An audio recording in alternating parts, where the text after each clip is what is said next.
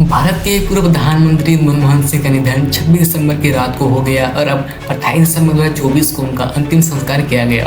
पूर्व पीएम की बेटी ने उन्हें मुखाग्नि दी। उनका निगम बोध घाट पर राजकीय सम्मान के साथ अंतिम संस्कार किया गया। तीनों सेनाओं ने उन्हें सलामी भी दी।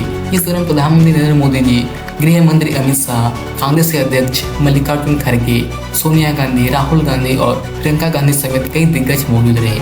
आगे की अब रिपोर्ट में हम आपको बताएंगे कि अब उनका निधन हो गया है तो बड़ा सवाल ये है कि क्या पूर्व प्रधानमंत्री के तौर पर मिलने वाली सुविधाएं बंद हो जाएंगी?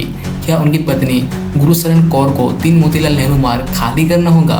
क्या बतौर पूर्व पीएम मिलने वाली मेडिकल सुविधाएं जारी रहेंगी या फिर ये भी बंद हो जाएंगी?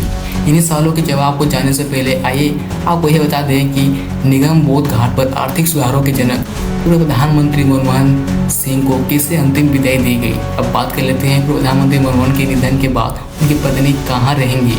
इस बारे में तो दरअसल पूर्व प्रधानमंत्री वर्ष 2004 से 2014 तक देश के प्रधानमंत्री रहे पीएम थे मनमोहन सिंह 7 रेस कोर्स वाले बंगले में 10 साल तक रहे। इसके बाद वह 3 मोतीलाल नेहरू मार्ग वाले बंगले में शिफ्ट हो गए। वह करीब 10 साल तक अपने परिवार के साथ इसी घर में रहे। दरअसल पीएम पद से हटने के बाद बतौर राज्यसभा सांसद मनमोहन सिंह इसी बंगले में रहे।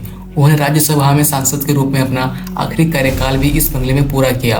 मनमोहन सिंह जिस बंगले में रह रहे थे वह बंगला कभी शीला दीक्षित का आधिकारिक आवास हुआ करता था। हालांकि दिल्ली के सीएम पद से हटने के बाद शीला दीक्षित ने यह बंगला खाली कर दिया और इसके बाद यह बंगला पूर्व पीएम को आवंटित कर दिया गया। बता दें कि हालांकि पूर्व पीएम के निधन के बाद उनकी पत्नी गुरशरण कौर भी इस बंगले में पूर्व प्रधानमंत्री की पत्नी के रूप में रहेंगी।